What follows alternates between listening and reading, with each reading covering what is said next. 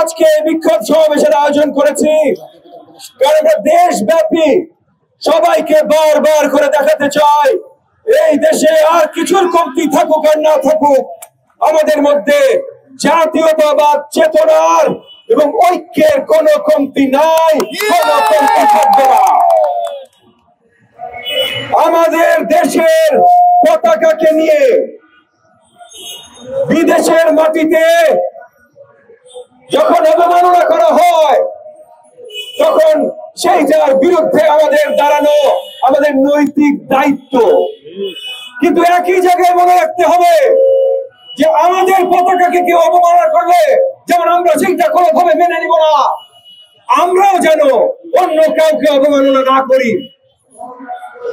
আমরা সবাইকে বন্ধুত্ব দেখাবো, সবাইকে সম্মান দেখাবো এবং আমরা চাইবো সবাই যেন আমাদের সম্মান দেখায়। গত 15.5 বছর ভারতের সাথে বাংলাদেশের যে সম্পর্ক ছিল এইটা সম্মানের ভিত্তিতে সম্পর্ক ছিল না। 15.5 বছর ভারতীয় সরকার বাংলাদেশকে দেশ হিসাবে, আমাদের জনগণকে জাতি হিসাবে এবং আমাদের রাজনীতিবিদ হিসাবে কোন ধরনের সম্মান করে নাই।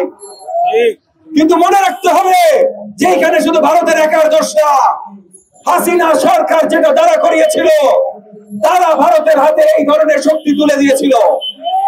হাসিনা সরকারকে যখন আমরা টেনে নামিয়েছি তখন ভারতেরও এই সম্পর্ক আর কোনোদিন বাস্তবায়ন হবে না ইনশাআল্লাহ।